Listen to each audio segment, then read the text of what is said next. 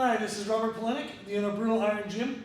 I wanted to show a stretch that people can do before they get into their leg training that can help loosen the glute muscles to help open up range of motion of the hips and decrease lower back pain during leg training. So I have a foam pad here. You can actually just use a yoga mat rolled up, a sweatshirt. You can just do it right on the ground, but usually some kind of cushion is nice for the knee. What we're going to be doing is a cross-legged glute stretch.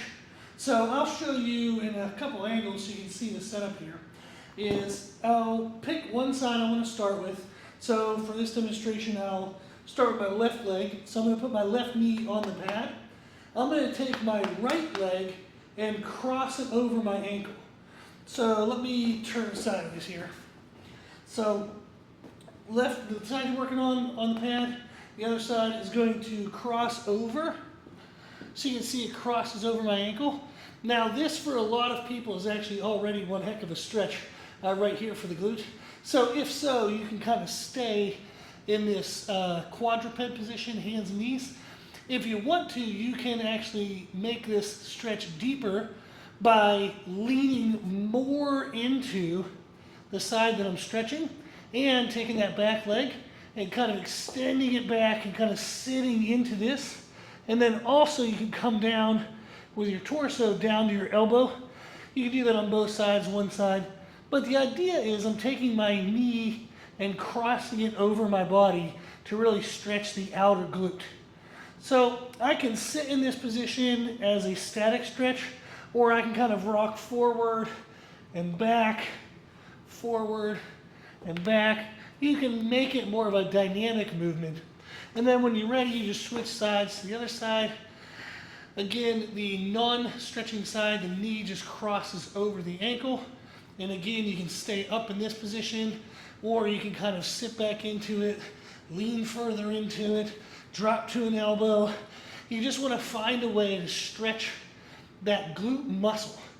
What this does is once you stretch these muscles in the hips and the glutes, now whenever you're doing squats, unilateral movements like lunges and whatnot, that hip muscle, the glute muscles, are going to stretch, and it's not going to cause your hip positioning to kind of change tilt, which can cause that tug and pull on the lower back.